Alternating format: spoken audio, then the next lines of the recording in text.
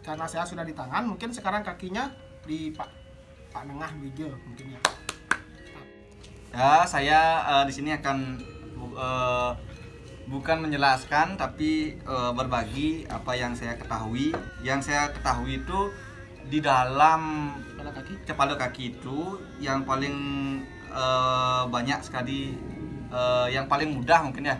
Yang paling mudah adalah mengetuk dengan tumit kaki. Nah, ini namanya tumit. Mungkin cara kita duduk bersila seperti ini. Nah, karena kan ini kita gebrak sekarang, apa bahasa Indonesianya ya? Kita tongsok. Kita langsak. Kita dorong. Seperti ini. Ini sangat mudah, mungkin teman-teman semuanya kalau ada yang keturunan dalang atau bagaimana, ada temannya mungkin punya keropak di ini kan pasti bisa ini. Nah, itu. Karena keropak ini ngontel dia. Ngontal, suaranya pasti seperti itu. Nah, dia kembali lagi ke keropak bagus. Ya. Kalau keropak yang bagus, dia kalau kita dobrak akan kembali. Nah, seperti itu. Itu akan kembali. Itu teknik yang paling gampang. Nah, sekarang ada teknik yang kedua mirip dengan ini, tapi menggunakan kekuatannya ada di cepale. Nah, seperti ini. Ini kita letakkan di antara ibu jari kaki dan ini. Nah, ini udah kita tekan, kita jepit. Nah, kayak wasang orang, kita jepit. Ini kalau menggunakan teknik yang ini harus ditekan. Nah, seperti itu. Biar nggak, kalau ini nggak ditekan nanti ngontal dan cempreng suaranya. Nah, teng seperti itu kalau nggak salah. Kalau kuping saya mendengarnya teng sih. Teng. Teng kan? Teng dengan sing. Tong dengan. Bunyinya akan krempeng teng. Nah, kalau seperti ini dia akan lebih keset. Nah, lebih tajam. Nah, seperti itu. Nah, nanti setelah ini ada kombinasi antara cepale pukulan cepale dan juga tumit. Nah, kalau yang sepengetahuan saya, yang diajarkan juga oleh guru-guru saya, oleh dosen saya seperti ini. Pertama itu menggebrak sekali. Kalau menggebrak yang bagus itu katanya ini semua mengenai kaki. Tidak hanya tumit saja, tapi semuanya. Nah, seperti itu. Mungkin saya juga nggak tahu ya perbedaannya di mana, tapi saya mendengarnya sama saja sih. Tapi tekniknya seperti itu. Nah, ini semua ini yang mengenai. Nah, lalu setelah gebrakan itu ada kontinunya, ada lanjutnya yaitu seperti itu. Blang, ketek, blang. Nah, seperti itu. Blang. Nah, ini sesuai kebutuhan. Ini tujuannya sebagai titik dalam pertunjukan wayang. Misalnya selesai bicara wayangnya, kan udah ada tadi cepalo kaki. Ini kalau setelah di tangan, wayangnya berbicara, misalnya kita menggunakan dua tangan untuk membicarakan wayang tersebut, pastilah kita tidak bisa menggunakan tangan sebagai cepale yang satu tadi itu. Harus menggunakan kaki ini diinjak. Nah, ngomong, ini sebagai koma. Nah, setelah ngomong itu, selesai ngomong. Nah, seperti itu. Sesuai kebutuhan, misalnya kalau di parwe, di wayang-wayang pada saat parum, pada saat rapat, mungkin walaupun kita bisa cepalo itu becat seperti itu, tapi mungkin jangan digunakan dulu di sana, karena nanti di saat pertunjukan wayang itu di perang atau dimanapun diadakan yang lain yang membutuhkan teknik cepalo yang lebih cepat seperti itu. Kalau di parum cukup kecepatannya segitu saja. Nah, seperti itu.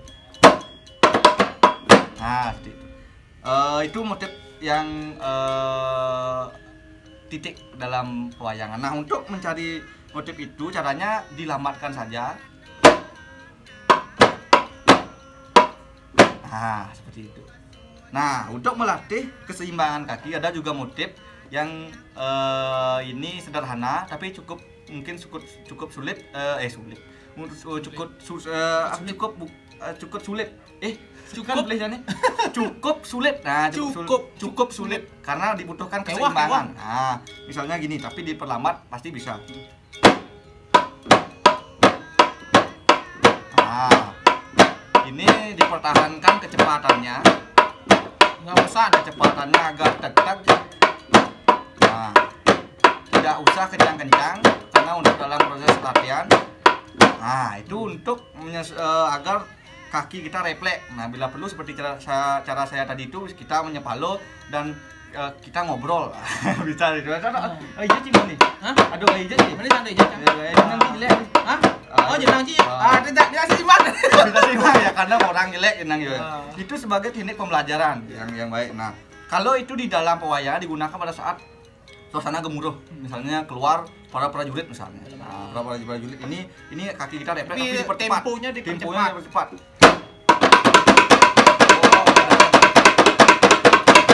Ah, seperti itu. Itu digunakan pada saat mungkin itu belum ya, nanti mungkin ada keduanya mungkin. Teknik cepalo yang kedua ini teknik cepalo ya, teknik bagaimana caranya cepalo. Ini mungkin yang kedua nanti itu lebih cepatnya. Biar kita belajarnya bertahap gitu. Bertahap ya. Artinya sama-sama belajar gitu juga bertahap ya, dari bawah.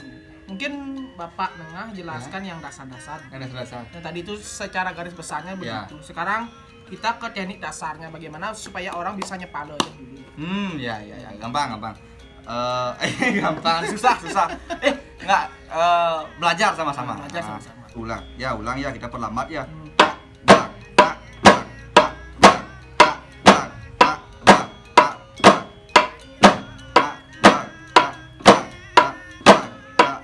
Terus dilakukan sambil ngobrol kayak sambil berbaturan sambil nyanyi gitu.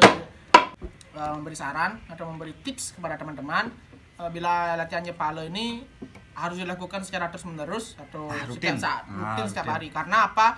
Mungkin Cepalo ini sangat erat hubungannya di wayang. Dipergunakan di wayang itu sangat penting, perannya sangat penting di wayang. Mungkin cara nak orang tuh pang di luar kepala Cepalo, pang sing ragung ingeteng batis bin. Nah, itu saya ingat dalang senior bilang intinya Cepalo itu harus hafal atau di luar kepala itu kita tidak menghiraukan Cepalo lagi gitu.